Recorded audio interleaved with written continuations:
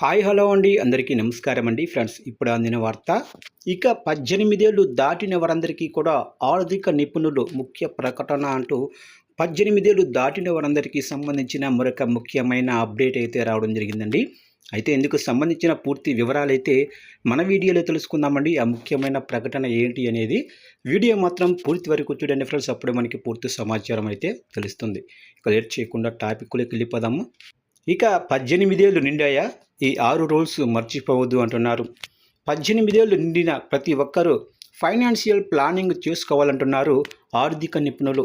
Loan యాప్లకు దూరంగా ఉండండి, luxury వస్తువులను కొనొద్దు, ఇన్కమ్ లేకుండా ఈఎంఐ క్రెడిట్ కార్డుల జోలికి వెళ్ళొద్దు, అలాగనే సంపాదన మొదలవగానే టర్మ్ హెల్త్ ఇన్సూరెన్స్కు ప్రాధాన్యం ఇవ్వండి, బంధువులు స్నేహితుల నుంచి డబ్బులు తీసుకోవద్దు, ఇవ్వద్దు, ఇక సొసైటీని పట్టించుకోకుండా మీ పనిపై దృష్టి పెట్టండి అని సూచిస్తున్నారు ఆర్థిక నిపుణులు.